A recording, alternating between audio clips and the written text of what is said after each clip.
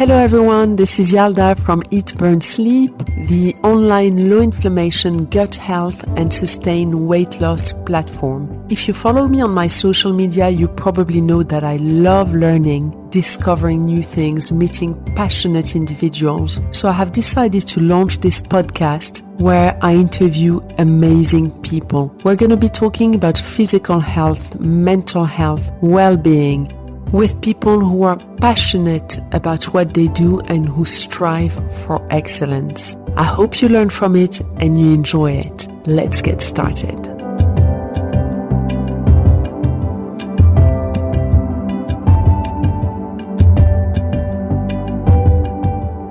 Hello everyone, welcome back to the Eat, Burn, Sleep podcast. I'm your host Yalda Alaoui, founder of the Eat, Burn, Sleep platform and anti-inflammatory platform, and my guest today is Sofia Toubani, who's a subscriber. Sofia lives in Miami and she was diagnosed a few years ago with a skin cancer called squamous cell carcinoma of the anal canal. It's a cancer I've never heard about, but it turns out to be quite a common cancer. And we're going to talk about her recovery using the platform, how she discovered Eat, Burn, Sleep, how it's helped her.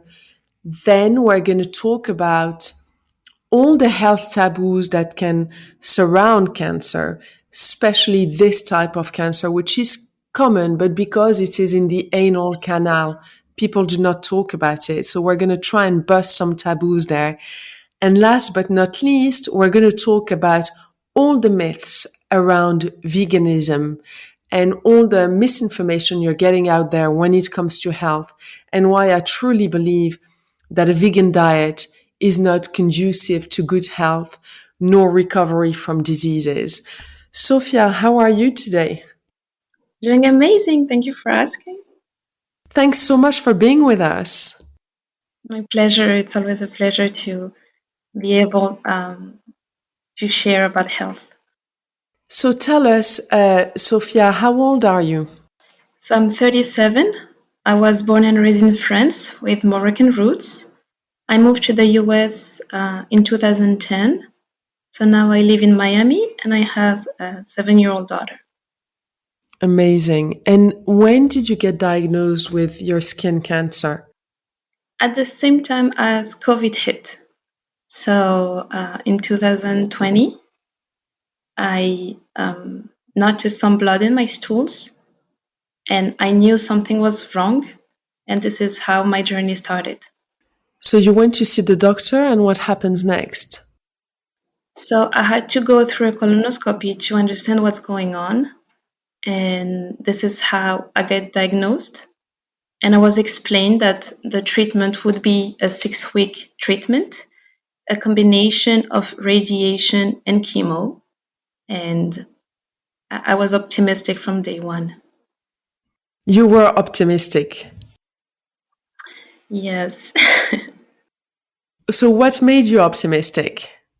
When I've been told that I have cancer, I had a super, I don't want to say weird, but uncommon approach to it. Because we always hear about fighting, your warrior, and all these kind of words that goes along with cancer.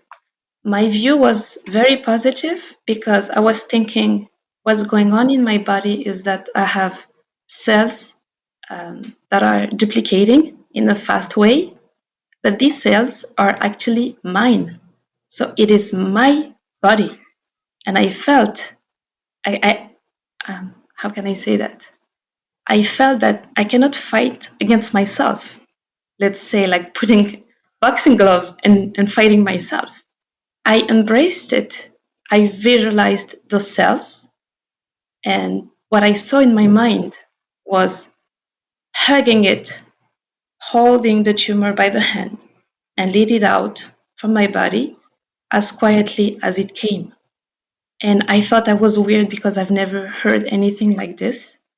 And I ended up hearing a woman who wrote a book she had a breast cancer, and she had a similar approach.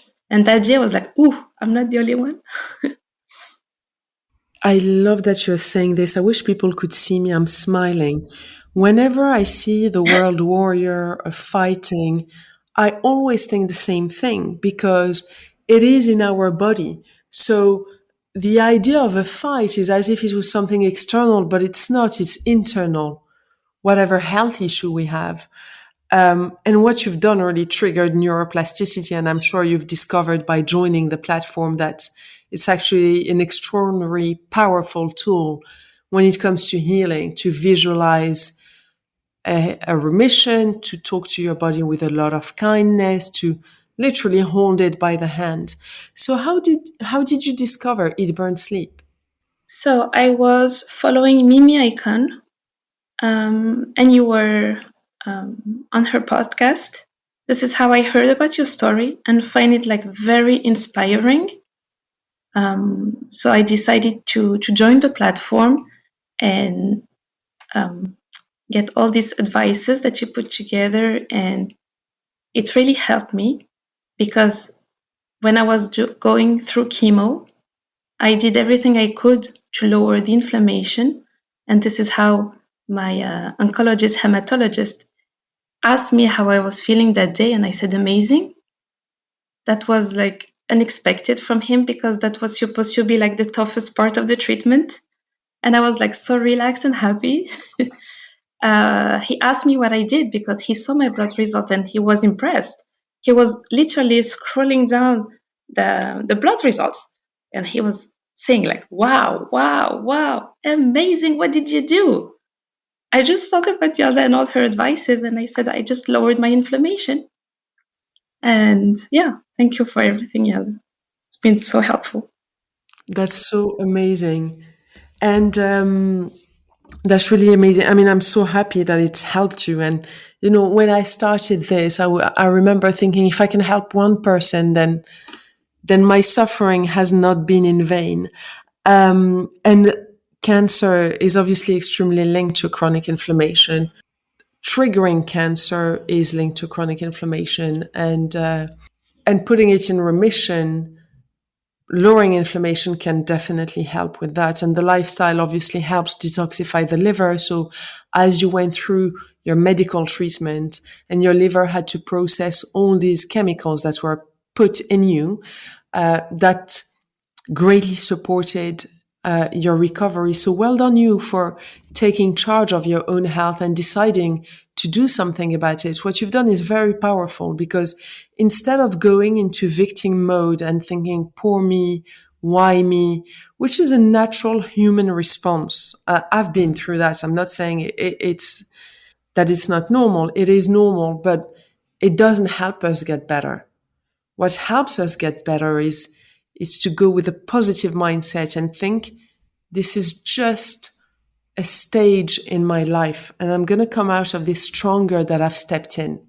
So have you, in your quest of trying to find a natural way to getting better, had you looked at other alternatives in terms of diets and lifestyle?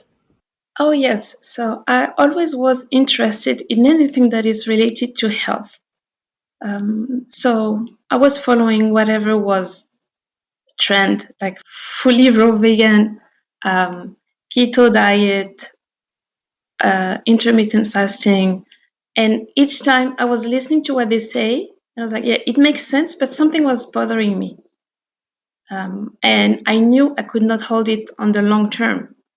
So when I started following you and putting together all the advices you give, that made sense to me because I remember one day you were mentioning having different kinds of teeth, incisive and canine. So we are made physiologically to eat meat and plants. And yes, yeah, this is a fact. It's not a belief. It's not a trend. It's a fact. And it made like so much sense to me. I think what we have to blame is not eating meat, but the quality of it. That makes a whole difference, I guess. Absolutely, and the quantity. So there was a study indeed linking a high meat consumption with bowel cancer. But the problem is people always like to look at big things. They forget to look at the fine print and the detail. So In that study, the reason why there was a link, it's because it was huge amounts of processed meats.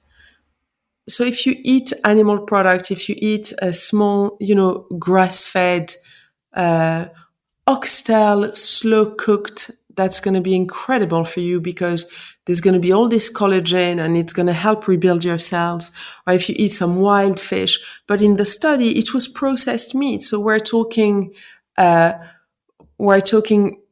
frankfurters, we're talking, cheap sausages, not fresh ones from the butcher, and in really high quantity. So if you eat those huge T-bone steaks, which are meant to be for 4 people, as one person, indeed, putrefaction of extra animal protein in the bowel can be linked to cancer.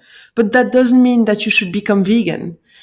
And what I find slightly challenging for people these days is when you listen to the public debate, everything is black or white, black or white. And the truth lies in shades of gray. So when it comes to cancer cells feed off 2 things. The first one is glucose, which is sugar. And the second one is CO2, which is carbon dioxide. So if you're stressed and you don't breathe out properly, you have elevated CO2 levels.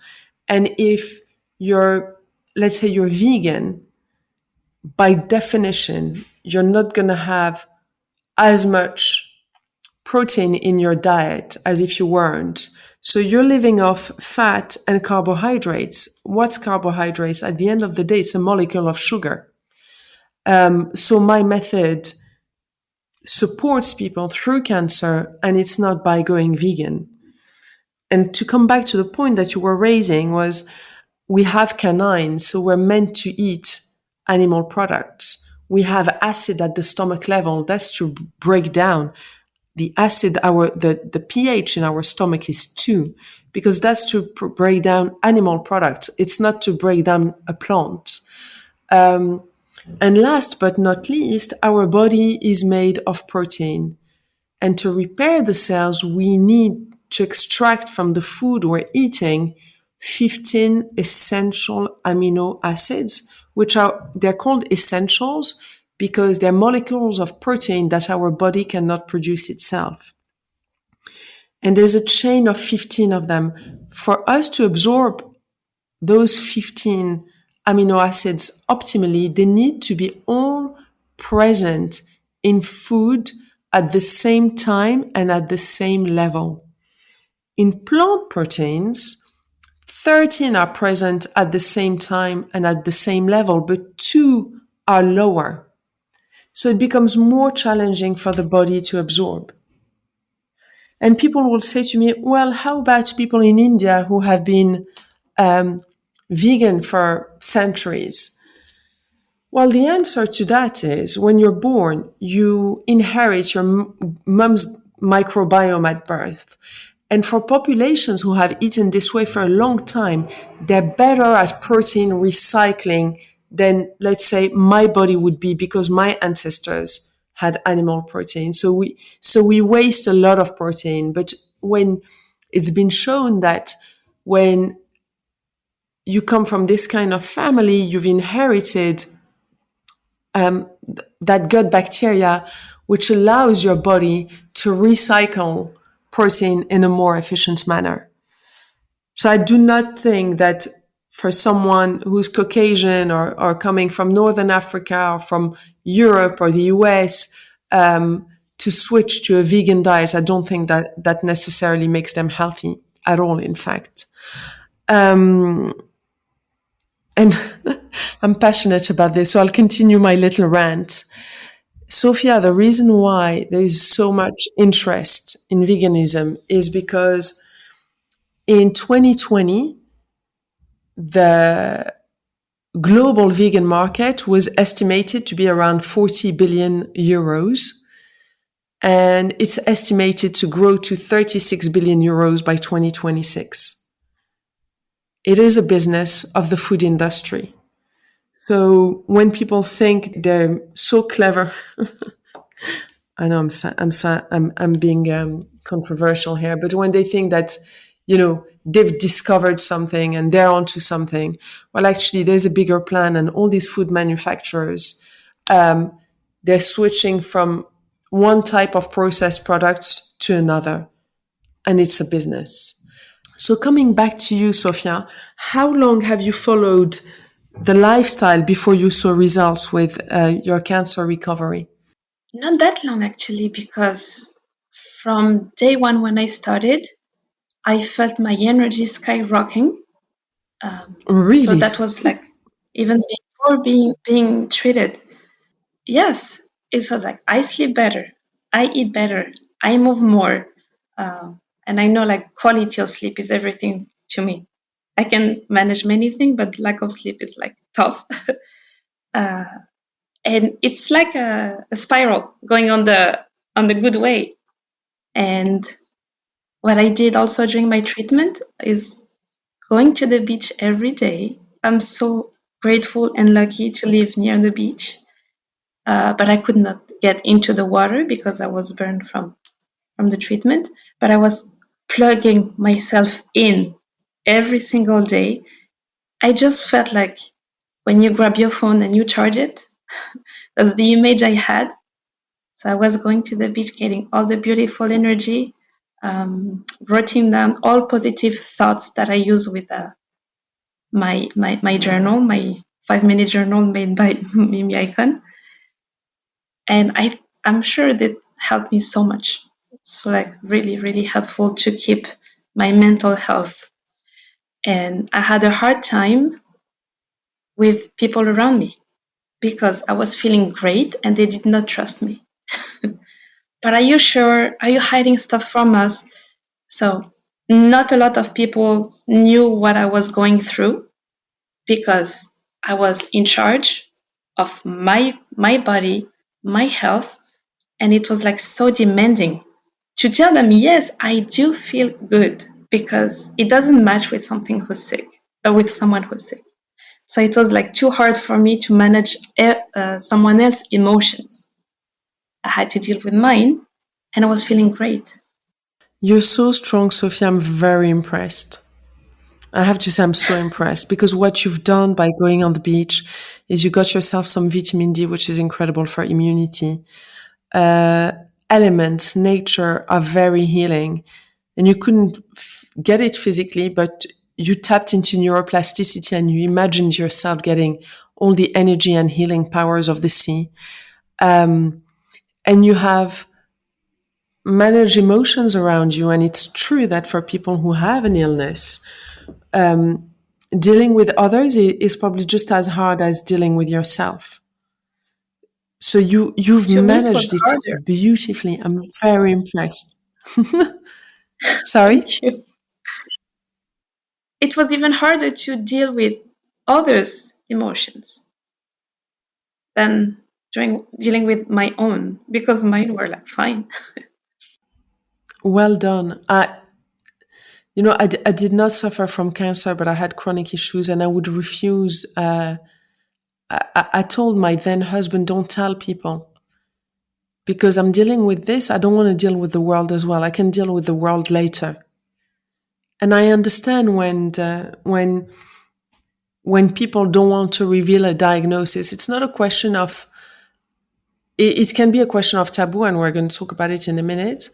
But also of not being so stimulated, so you can do a little bit of an introspection job and be in you, as you say, rather than having to manage yourself and others, and also especially the big C. When people hear cancer, they don't understand how you can truly heal it. And there's, medical treatments are getting better, and I'm definitely in favor of getting all the treatments you can, but also supporting your body with lifestyle changes and positive thoughts, just like you've done.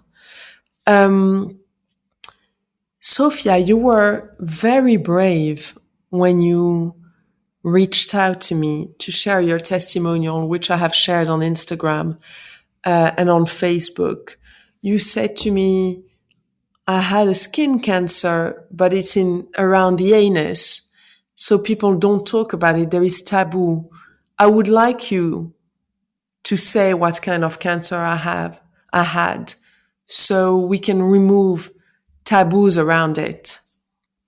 Where Yes, do you get all this because strength from? from within, because it's not an option to me to feel like bad every single day, um, to complain and why me, and all those negative thoughts. It to me it's not an option because I know it's not going to help me in the long run. It's just going to add more problem to the problem. So this is how I face things. I'm like, okay, what is that tiny thing that I can do today to make me feel better? So when I was going every single day to the hospital, I decided, okay, I have to come here every day for 6 weeks, and I want it to be a good experience. I mean, physically, it was like a really tough experience, but as a human being, I had such a beautiful experience with everyone who was working at the hospital, the nurses, the people who takes the appointments, the doctors, and I had to learn everyone's name. And I was going every day at 8 a.m. I would get in singing happy morning to anyone who would be on my path that day.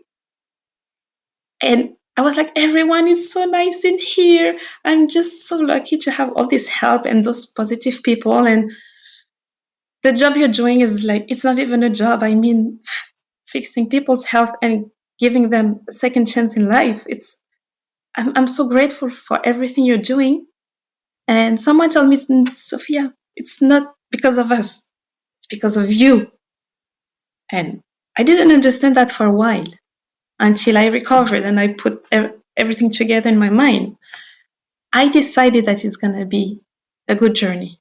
And it was, like, not physically, but as a human. I had like incredible connection with people there. So I think I'm too far from the question. I'm sorry. No, but this is amazing. I'm so glad you're saying this. To all our listeners, whatever is your story or difficult time you're going through, only you can decide to get better. I oftentimes have people who contact me and say to me, I want you to help my husband. I want you to help my daughter. I want you to help my sister. And I ask people, why is it you talking to me? It should be that person. If they don't want to get better, it's going to be hard to get them better. However, if I see someone even with terrible issues, if they have this spirit that you have of positivity, strength, health, smiling, owning your life, the odds are they will probably have greater chances of recovering. So I'm not saying that anyone can recover from anything, but the odds of recovering are much higher with a mindset like you had. So well done you. This it's not me making this up. It's numerous neuroscientists are writing about it. It's the power of neuroplasticity. If you if you see yourself sick, you stay sick. If you start visualizing healing, if you imagine those cells getting healthier, just like you've done, then your brain triggers the healing processes in your body. And that's why the mental wellness part on the platform is so important. It's because if you do not use your most powerful organ, which is the brain, dietary changes, and exercise improvements are not sufficient for optimal health. It helps, but to reach optimal health levels, you need to really use the most important thing you have, which is your brain. That's our most important, our most powerful tool. That's what blew my mind when I got into your platform, because we always talk about the diet and the workout. The diet and the workout, they go along. But the missing piece is the mental health, because I can eat as healthy as I want and do the proper workout, but something would be missing to get my optimal health. So thank you, and I'm really grateful for you sharing your knowledge about this, because it's like completing the puzzle. And finally, I found answers to what I was looking for. I didn't know what I was looking for, but when I learned about this, that was the answer that I needed at that time. I'm so happy to hear this. So, when did you get the all clear?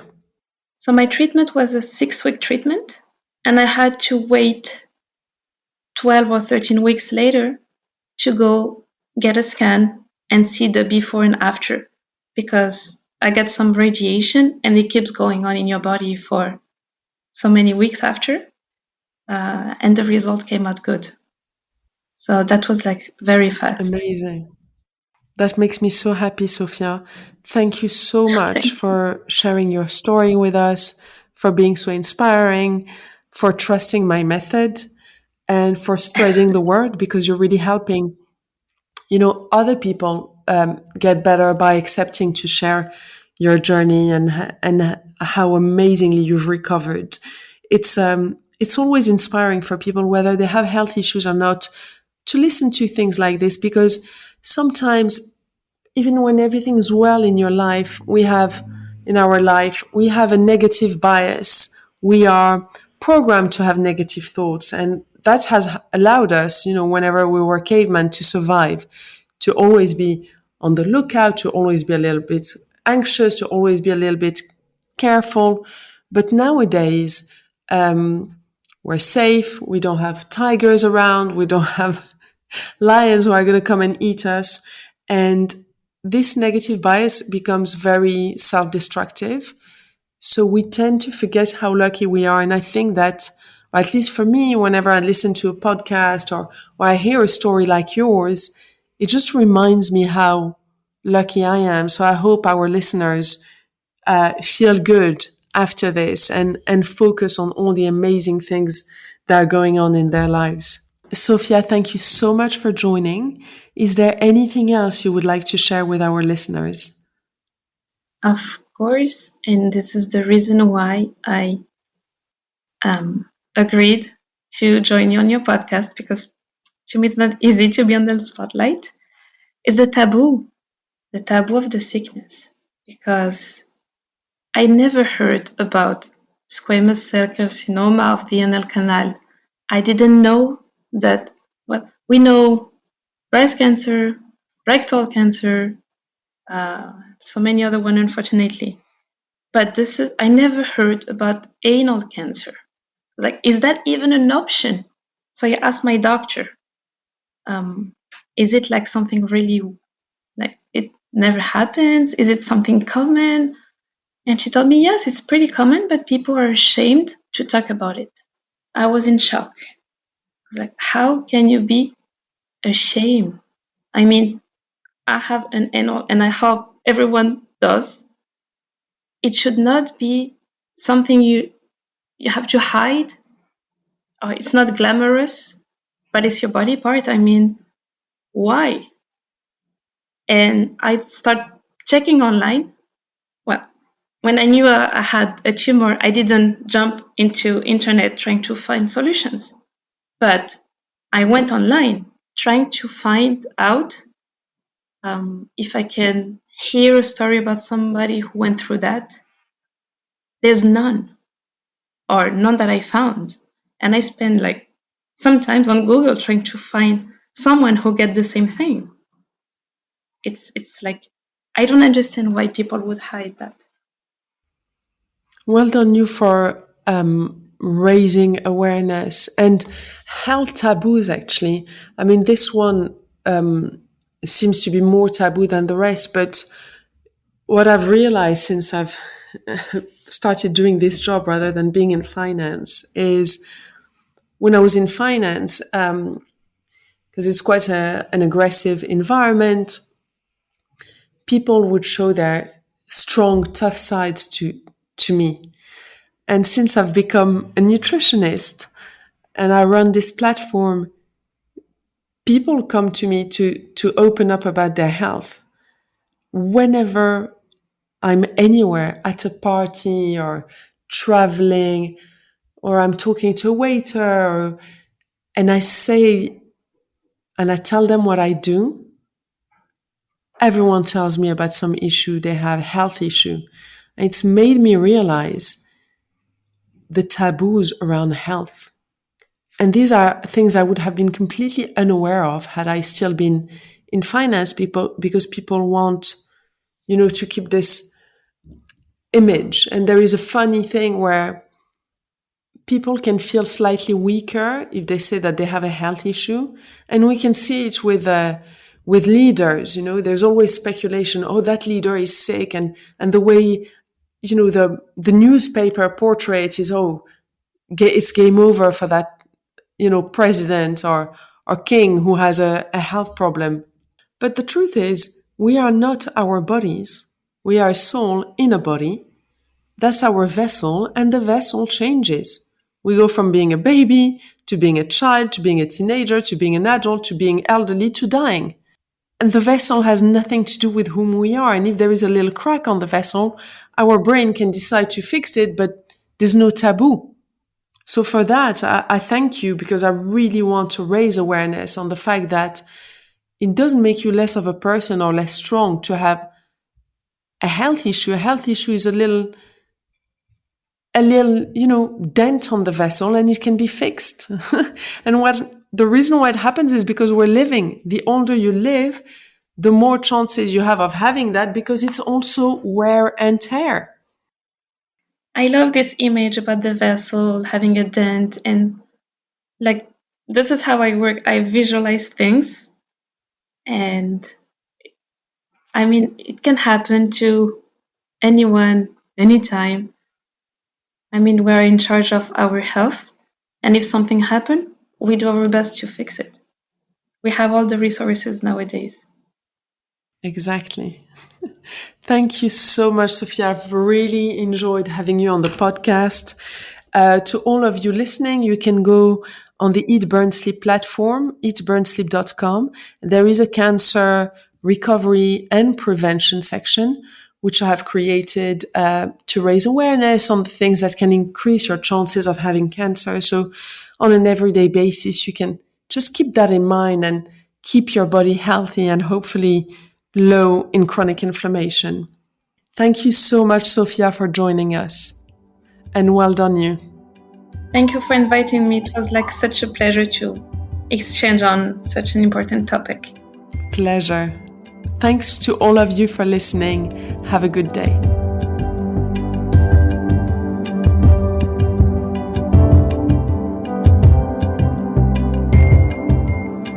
Thank you so much for listening. I hope you enjoyed this uplifting recovery story.